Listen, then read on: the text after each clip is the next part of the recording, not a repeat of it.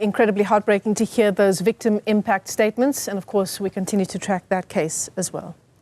Brings us to 125.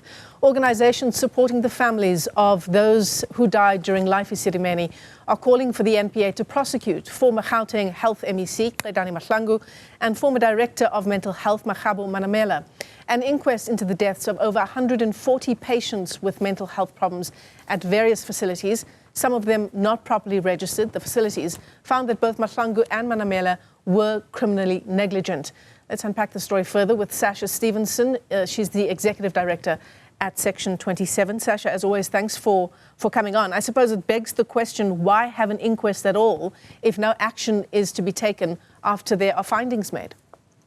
Absolutely, Michelle. I mean, the point of the inquest was to look into and determine the legal cause of the deaths of mental health care users after they move out of Life Esidimeni. And as you say, the inquest judge, a High Court judge, found that on the face of it, the negligence of two people, the former MEC and the former Director for Mental Health, caused the deaths of 9 mental health care users. Now, of course, the NPA is independent and it needs to make its own decision as to whether to prosecute these 2 people or any others.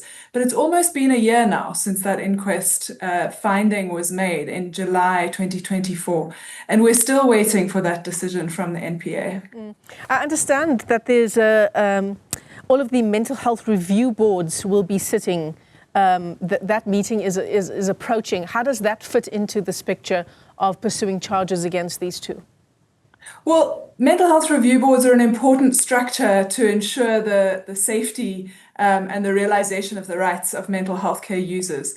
Of course, they can't have any role in a prosecution, but they are the meeting of these mental health review boards certainly draws attention once again to the vulnerability of mental health care users and the need to protect their rights. And certainly in this case, to ensure that there's accountability when that hasn't happened, because this is such an important case for accountability directly for the deaths of people who suffered and were tortured and died as a result of this appalling decision and its implementation, accountability for a health system that failed people, and accountability more broadly so that everyone in South Africa can see that it's unacceptable for politicians and officials of government to be reckless with vulnerable people's lives. I mean, it's been 8 years since the initial events, right?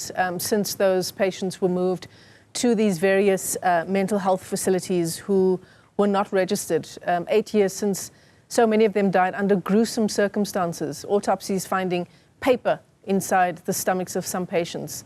Some patients dying in really deplorable conditions.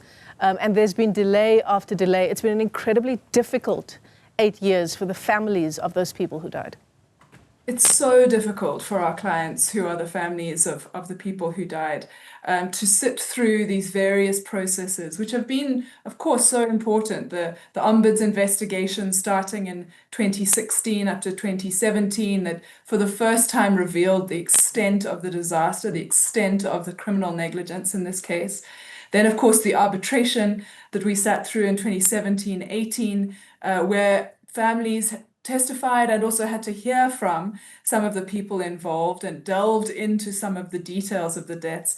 And then, of course, this inquest that took place over a period of 3 years in total, ending in July 2020, in November 2023, with a judgment coming out in July 24. It's been a long process with a lot of periods of further revealing of the details of these deaths. And the inquest was really difficult in all of those revelations, in all of the details, the forensic evidence relating to the deaths. So it's really hard for people to sit through. And what's so important to our clients is that there is justice in this case, that there's accountability in this case, that not just government be held responsible as it was in the arbitration, but that the people who made the decisions and implemented those decisions themselves face accountability, because we cannot continue with a culture of a lack of accountability, not in a constitutional democracy such as ours. Section 27 is also clear that it's not just important to the NPA to limit, that it's important for the NPA not to limit, pardon me, should they choose to proceed with prosecution of Mahlangu and Manamela, but also, according to your statement, consider charges against any other culpable individuals. Does Section 27 have people in mind? Of course, we know that these are not two executives in government who acted alone. There are, of course, the people who took in these patients. The priority certainly has to be Ms. Mahlangu and Dr. Manamela, and the inquest judge certainly made that clear. She considered evidence from and related to and against a number of potentially implicated parties. We argued that charges could be brought against Dr. Manamela, Ms. Mahlangu, and one of the owners of one of the NGOs where a large number of people died. And the judge ultimately found that she could find, on the face of it, evidence of negligence, which led to the deaths of mental health care users on the part of Ms. Mahlangu and Dr. Manamela. So as I say, those certainly need to be the priority, but the NPA is also open to consider whether charges should be brought against anybody else. And that's a decision that the NPA needs to make. As I said, it's an independent body. It decides whether or not to prosecute, but all we can do now with the families is to urge the NPA to prioritize this prosecution, to come to a decision, and to move forward with the prosecution that, as I say, is so important for accountability in health and accountability in South Africa in general. Yeah, we're talking about some of the most vulnerable people in society, not only in South Africa, but in society at large, right? People who suffer from mental health conditions, who are so severely impeded that they can't speak for themselves, Sasha. It's the people who died during this process of moving them to these unlicensed organizations, but also it's around the dignity of those who survived the Esidimeni crisis. Absolutely, and there are many people who survived the Life Esidimeni disaster, but who suffered greatly. There are people who also were emaciated and dehydrated and suffering from bed sores and suffering from the cold. So there are a lot of people who were involved and disadvantaged through this process. There were 9 deaths that the judge found to have been unnatural deaths for which there can be prosecutions.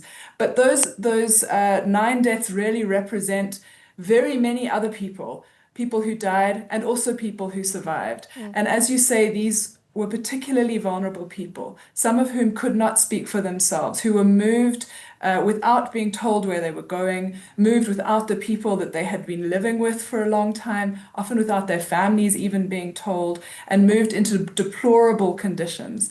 So that's really another reason why a prosecution in this case is so very important, and we can only urge the NPA to make that decision and to proceed with the prosecution. And is it true, Sasha, that to this day there are a number of patients who are unaccounted for?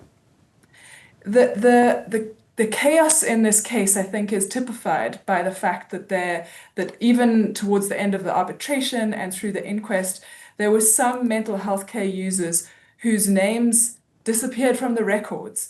And that's almost unsurprising given the chaos. That what we found through the inquest is that in a lot of cases, medical records weren't moved with mental health care users from Life Esidimeni to the NGOs where they were then accommodated.